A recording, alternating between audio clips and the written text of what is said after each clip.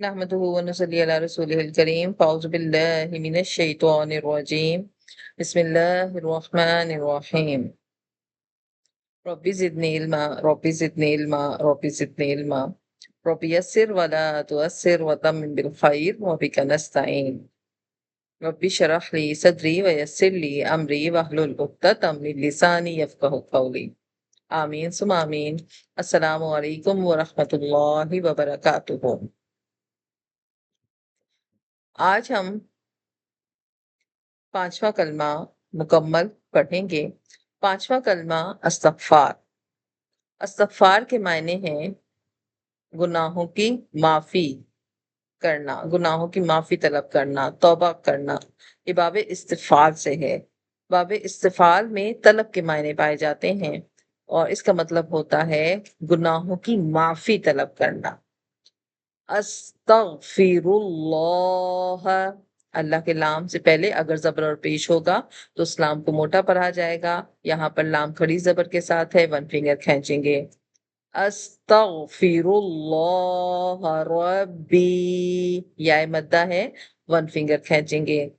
ربی من کلی، نون ساکن کے بعد کاف آ رہا ہے، کاف حروف اخفا میں سے ہے، یہاں پر اخفا کا غنہ ہوگا ون فنگر تک۔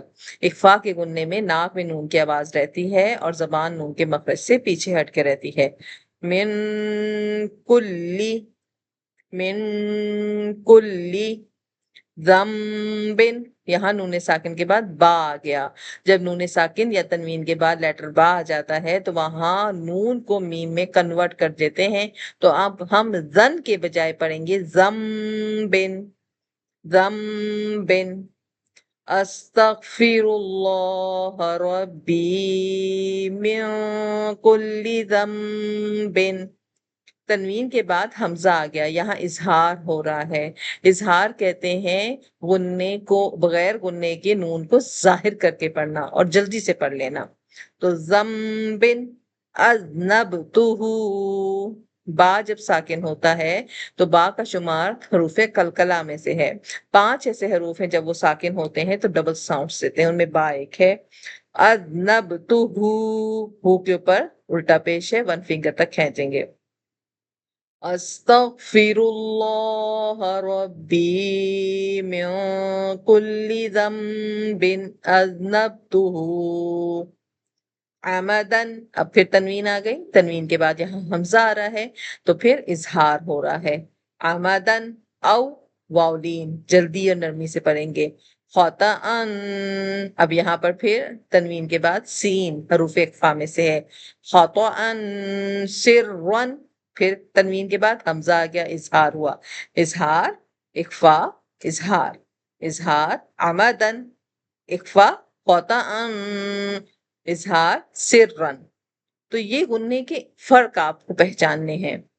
عمدن او خطأ سرًا او علانیۃ و، تنوین کے بعد واو حروف یرملون، ادغام بالغنہ ہو رہا ہے، کنیکشن ساؤنڈ کو ون فنگر پل کرنا ہے۔ و علانیۃ و اتوب الیہ، اتوب الیہ من الذنب الذی، وہی رول جو اوپر آیا، نون ساکن کے بعد با ہے تو نون کو میم میں کنورٹ کر دیا۔ من الذنب الذی اعلم، یہاں پر زی، اس کو 4 فنگر کھینچیں گے، اس لیے کہ جب حروف مدہ کے بعد حمزہ آ جائے اور حمزہ اگلے حرف کا حصہ ہو تو ہم پھر وہاں پر مد منفصل بنتی ہے اور اس کو 4 فنگر پھر ہم حروف مدہ کو کھینچتے ہیں۔ تو من الذنب الذی اعلم ومن الذنب الذی لا اعلم، اب دیکھیں یہاں پر زی میں نے 4 فنگر کھینچا، لیکن یہاں پر زی میں نے 1 فنگر کھینچا۔ من الذنب الذی اعلم ومن الذنب الذی لا اعلم، یہاں لا کو میں نے 4 فنگر کھینچا ہے کیونکہ اس کے بعد اگلا ورڈ حمزہ سے شروع ہو رہا ہے، مد منفصل بن رہی ہے۔ انکا، نون پر جب بھی تشدید آتی ہے تو نون پر غنہ مکمل کیا جاتا ہے، 1 فنگر غنہ ہوگا۔ انکا